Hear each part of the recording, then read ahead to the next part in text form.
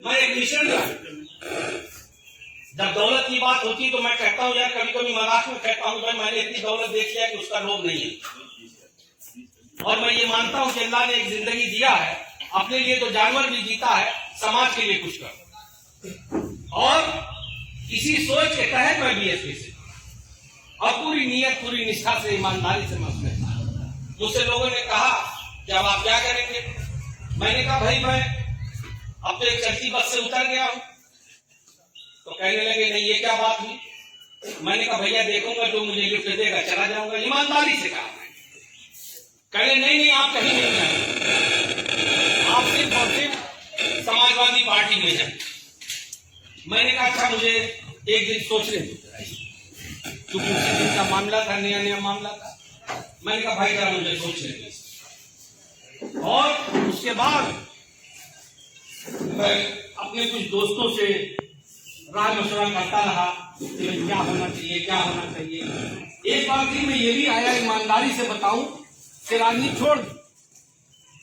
मुझे लगा कि मेरे बाल बच्चे हैं, मेरा कारोबार है, मेरे कौन सी इतना वो है, मैं छोड़ दूं इसको, अपना काम करूं। और खिदमत खल्क के लिए कोई नेता होना बहुत जरूरी नहीं है कि जिसके ऊपर विधायक का टैग लगेगा वही समाज का काम कर सकता है, और जिसके ऊपर टैग नहीं है वो नहीं कर सकता है, काम नहीं है। तो मैंने ये सब सोच के ये भी एक दिल में आया कि यार मैं लोगों की वैसे भी मदद कर सकता हूँ, क्या जरूरी है कि मैं पॉलिटिक्स में ही रहूं और विधायक ही रहूं।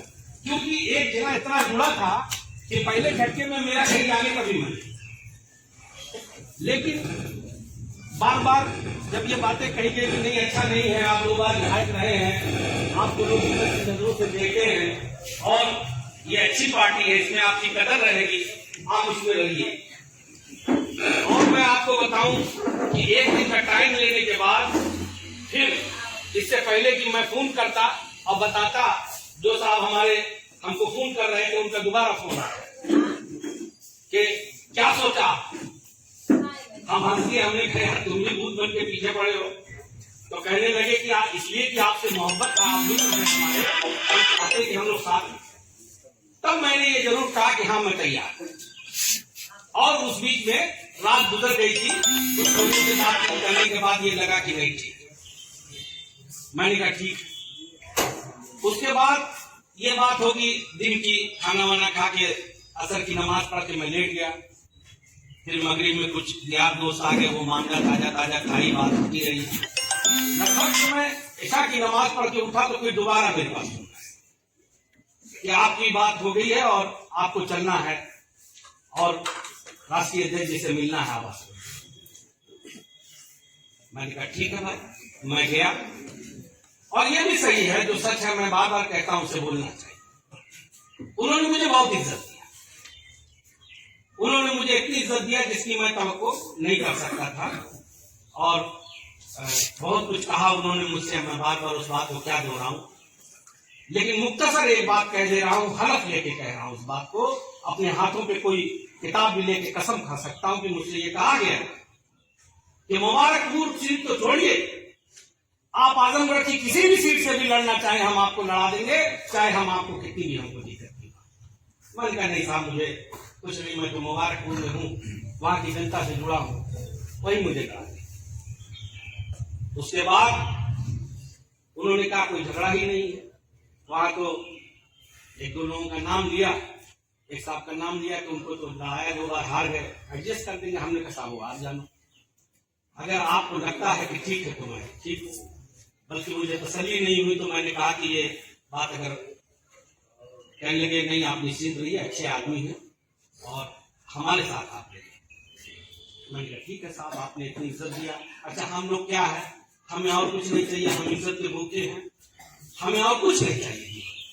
हमने जिंदगी में देखिए, हम मजदूर आदमी, दुनिया हमें बड़ा आदमी कहती है। मैं 21 साल की उम्र से मेहनत करके यहाँ तक पहुंचा हूँ, मेरे सब दोस्त जानते हैं। तो मैं इज्जत का भूखा हुआ, मुझे कुछ किसी चीज की धन दौलत की लालच नहीं है। उसके बाद मैंने कहा साहब वो आगे की फॉर्मेलिटी ज्वाइन हुई तो कहा गया कि मुबारकपुर आके करा देंगे। चला। उसके बाद और भी बहुत सारी व्यवहारिक बातें होती रही। मैं चला, जब वक्त गुजरता रहा तो मुझे लगा कि यार बहुत टाइम हो गया, कुछ बात साफ होनी चाहिए। मैंने पूछा, मैंने जो साहब दे गए थे मैंने कहा, और ये भी मैं इसलिए कि ये बहुत अहम बातें हैं जो मैं आपको बता रहा हूं। अच्छा, मैं ये न कहता, लेकिन कल मेरे पास यहाँ के जिला अध्यक्ष का एक ऑडियो आया कि मैं झूठ बोल रहा हूं। अगर मैं झूठ बोल रहा हूं, तुम सच्चे हिंदू धर्म को मानने वाले हो तो चलो मेरे साथ और गीता पे कसम खा के कहो कि तुम नहीं जानते ये मैं झूठ बोलता हूं। और जो मेरे साथ किया था वो गवाह है, इसी धरती पे है, उससे जाके कोई पूछ ले। हो सकता है दल की मारे डर के ना बोले कि भाई अब नेताजी हमको भी बाहर कर देंगे, वरना सब लोग गवाह हैं। तो मुझे बड़ी तकलीफ हुई, इसलिए मैं ये बात कह रहा हूं कि झूठ आप बोलते, हम नहीं बोलते। हमने जिंदगी में झूठ बोल के कभी किसी से कुछ नहीं मांगा। मैं कोई भिखारी नहीं हूं जो आपके दरवाजे पे कटोरा लेके खड़ा होता, वो और लोग होंगे। लेकिन जब वक्त गुजरने लगा तो मैंने यहां तक कहा, मैंने कहा भाई मैं उनको बहुत इज्जत दिया, उस इज्जत के नीचे ही मैं दबा हूं, उसके अलावा मुझे कुछ नहीं चाहिए। अगर मान लो मेरे को लेके कोई दल में परेशानी है, विरोध है, तो मुझको खाली बता दो, मैं अपने दल में चला जाऊंगा, कोई दिक्कत नहीं है मुझे। मुझे कहा गया कि अरे आप अजीब बात करते हैं, आज आपने कह दिया दोबारा कहिएगा मत। अपने तो हल्के होंगे ही, मुझे भी हल्का कराएंगे आप।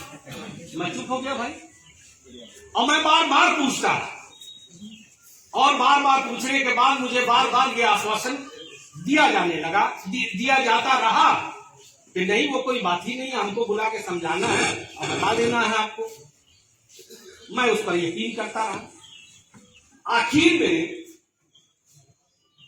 जब बहुत वक्त गुजर गया इधर, तो मैंने फिर दोबारा कहा, और इस बात के दो लोग गवाह, एक एमएलसी साहब थे और एक पूर्व मंत्री थे कैबिनेट, दोनों गवाह। मैं गया, मुझसे पूछा गया कि आप क्यों परेशान हैं। मैंने कहा साहब बहुत दिन हो गया, इसलिए अब तो चुनाव में बहुत टाइम ही नहीं रह गया है। तो मुझसे कहा गया कि असल में कोई दिक्कत नहीं है, मैं उन लोगों को बुला के बात करना चाहता था, बात नहीं हो पाई, बस इतना ही। मैंने कहा ठीक है साहब कोई बात नहीं। मैंने कहा सर मैं सोचता हूँ ज्वाइनिंग हो जाए, मैं जाऊँ अपना पहचान। तो मुझसे कहा गया कि एक पीसी करना है, प्रेस कॉन्फ्रेंस जिसको बोलते हैं, एक पीसी करके आप बड़ा चेहरा है, मैसेज देना है। देखिए पीसी करना है, इससे पहले मैं कुछ बोलता तो जो वो दोनों लोग थे वो बोलने लगे कि नहीं पीसी तो होना ही चाहिए, होना ही चाहिए। मैं चुप हो गया। मैंने कहा ठीक है कोई बात नहीं, जब मन में सफाई है और पीसी की ही बात है तो क्या है, नहीं तो 2 दिन बाद हो जाएगी 4। मैंने बल्कि उससे तो नहीं पूछा, मगर एमएलसी साहब से पूछा। मैंने कहा भाई ये पीसी कब तक हो जाएगी? उन्होंने कहा 2-4 दिन, और क्या है। मैंने कहा देखो मैं बहुत दिन से बैठा हूँ, मैं 6 किलोमीटर जा रहा हूँ, अपने एक फोटो खिंचा लेता हूँ, जाता हूँ, ताकि लोगों को यकीन तो रहे। क्योंकि जब पिछली बार मैं घर गया था तो कुछ लोगों ने सवाल उठाए कि गए नहीं थे, क्या सबूत है कि गए थे। तो इसलिए मैंने सिर्फ कहा, वरना ये भी न कहता मैं। तो मैंने कहा एक फोटो खिंचा लेता हूँ, चला जाता हूँ। कहने हाँ बिल्कुल जाइए। मैंने कहा मैं मुबारकपुर ही जाऊंगा। कहा जाइए, फिर हम मिल करके चले आए भाई, क्योंकि दुनिया यकीन पे चलती है। इस दुनिया में एक बात ये भी जान लीजिए कि ये सारी दुनिया में बहुत बुराई है, बड़े गुनाह हैं, बड़े पाप हैं, बहुत बुराइयां हैं, मगर उसके बाद भी ये दुनिया इसलिए चलती है कि यहाँ अच्छे लोग भी हैं, ईमानदारी भी है, सच्चाई भी है, और एक जबान की वैल्यू भी है। इस बात का कोई कष्ट नहीं है, खुदा की कसम आप कहिए मैं राजनीति से अभी संन्यास ले लूंगा। ये राजनीति मेरे लिए रोजी रोटी का पेशा नहीं है, और मैं कभी पलट के उस रास्ते में भी नहीं जाऊंगा। लेकिन मुझे यह जरूर लगा, जब लिस्ट आई, 3 नाम रोक दिए गए, उसमें मुबारकपुर का है। मुझे लोगों ने बधाई दिया कि मुबारक हो, वो आप ही की वजह से तो रुका है, अब क्या परेशान है। तो मैंने कहा हाँ ठीक है, मुझको भी यकीन है कि मेरी वजह से रुका है। बहरहाल लोगों ने मेरे कहा तो मैं चला गया, और मैंने जाके फिर वहां पूछना शुरू किया। तो ये हुआ कि लिस्ट में आपका नाम टाइप हो जाएगा। टाइप हो गया है। 1-2 लोगों ने कहा हमने दूध देखा है, आपको 1-2 दिन में बुला लेंगे। लेकिन एकाएक जब लिस्ट आई तो उसमें कुछ और था। तो मैंने पूछा लोगों से, कहने लगे असल में भैया क्या बताएं, अध्यक्ष जी तो आपको चाहते थे राष्ट्रीय अध्यक्ष जी, मगर इतना लोग जिले में और यहाँ वहां हर जगह से विरोध करने लगे कि लगा कि पूरी पार्टी ही टूट जाएगी। मैं क्या कोई माफिया हूं? मैं स्मगलर हूं? मैं क्या शराब बेचने वाला, अफीम बेचने वाला आदमी हूं? तो किस बात का विरोध था? और अगर इतना ही विरोध का डर था तो आप किसी को बुलाने से पहले अपने लोगों से पूछ लेते कि भाई इस आदमी को बुलाएं या ना बुलाएं। भाई मैंने तो नहीं कहा था। तो इसलिए मेरे भाइयों, मैं बहरहाल शराफत के साथ साथ हम लोग राजनीतिक भी हैं, राजनीति करते हैं। मैं ये कहता हूं कि दो तरीके के दुश्मन होते हैं। एक दुश्मन जब आप जान लो कि हम सामने से लड़के इसको हरा नहीं सकते तो दोस्ती करके उसकी हत्या कर दी जाती है। वही हुआ मेरे साथ।